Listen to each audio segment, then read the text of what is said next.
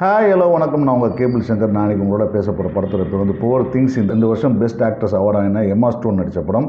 இந்த படத்துடைய கதை வந்து ரொம்ப இன்ட்ரெஸ்டிங்கான ஒரு வித்தியாசமான கதை.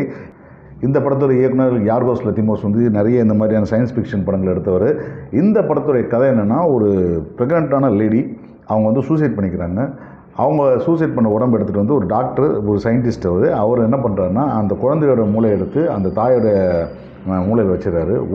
உடம்பு வளர்ந்த பெண் அவங்க உள்ளுக்குள்ளே வந்து ஒரு குழந்தை. அவங்க எக்ஸ்ப்ளோர் பண்ணுறது தான் அந்த மொத்த படத்துடைய கதை. அதில் காதல், அந்த எக்ஸ்ப்ளோர் பண்ணுறது வந்து அவங்களுக்கு செக்ஸின் மூலமாக அவங்களுக்கு கிடைக்கக்கூடிய அனுபவங்கள், அதன் மூலமாக கிடைக்கக்கூடிய வாழ்க்கை படங்கள், அதன் மூலமாக நடக்கக்கூடிய நிறைய தத்துவங்கள், இப்படி நிறைய விஷயங்கள் வந்து இந்த படத்தில் வந்து பேசியிருக்காங்க. ரொம்ப இன்ட்ரெஸ்டிங்கான ஃபேக்ட் வச்சுருக்காங்க இந்த படத்தில்.